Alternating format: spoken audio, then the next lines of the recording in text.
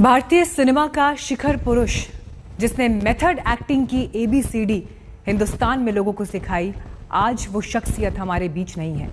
बेहतरीन एक्टर, बेमिसाल शख्सियत के मालिक दिलीप कुमार ने 98 साल और 6 महीने की उम्र में इस दुनिया को अलविदा कह दिया। जिंदगी के इस सफर में सिर्फ 54 फिल्मों में काम करने वाले दिलीप साहब यादों की ऐसी मशाल जलती छोड़ गए हैं जो जलती रहेगी। आप स्क्रीन पर इस वक्त उनके अलग अलग किरदारों को देख रहे हैं। ये किरदार अमर हैं। ये किरदार पर्दे पर ऐसी छाप छोड़ के गए जिसे देखने के बाद कई लोग दिलीप कुमार जैसा बनने का सपना लिए माया नगरी पहुंच गए।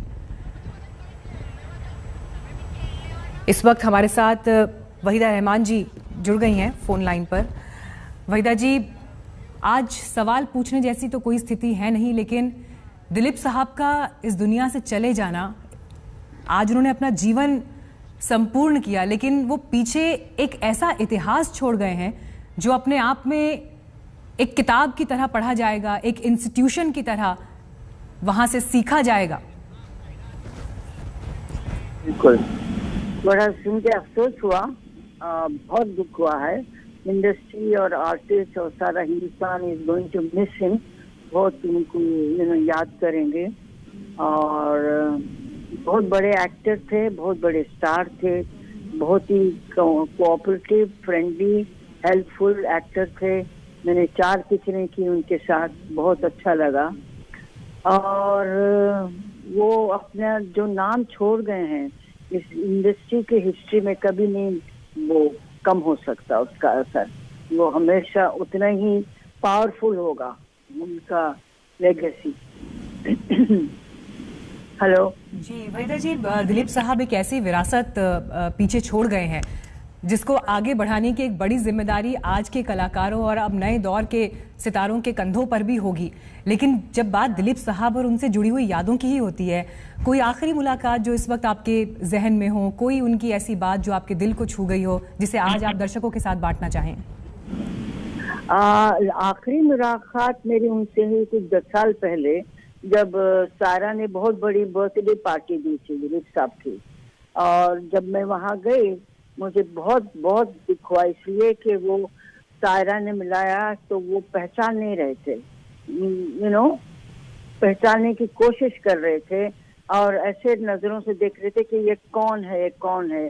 तो फिर सायरा ने कहा, साहब ये वहीदा जी हैं।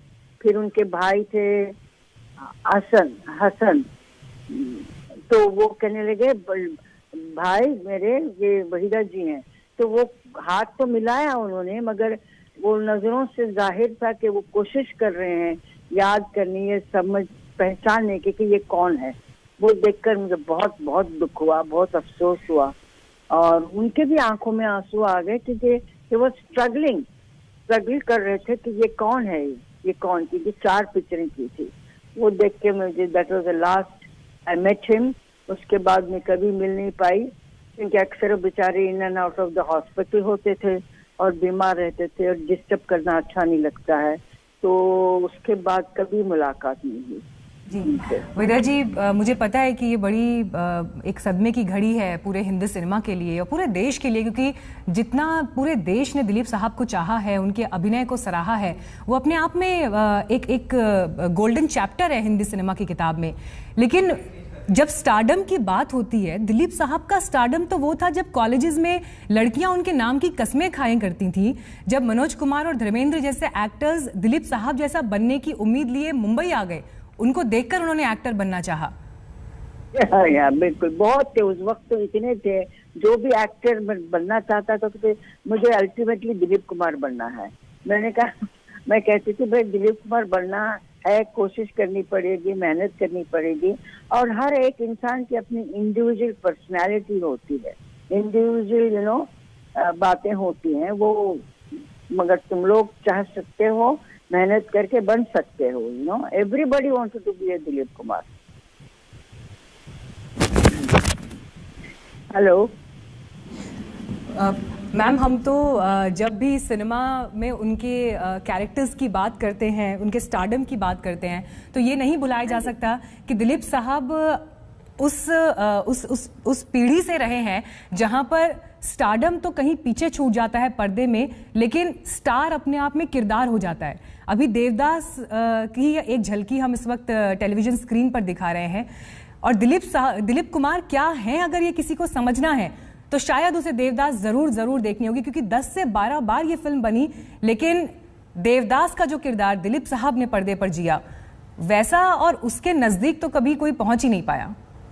बिल्कुल, I agree with you, 100% agree with you, क्योंकि उसमें भी मुझे भी याद है एक सुचित्रा सेन के साथ एक सीन था उनका, और वो आई थिंक वो तमाशा मारते हैं या कुछ करते हैं, उसके बाद the pain in his eyes was superb, absolutely superb. वो इंटेंसिटी बहुत कम लोगों में होती है।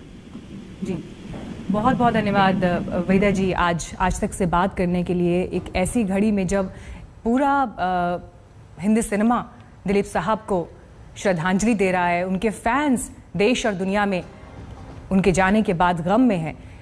करियर हो या जाती जिंदगी, दिलीप साहब ने हार कभी नहीं मानी।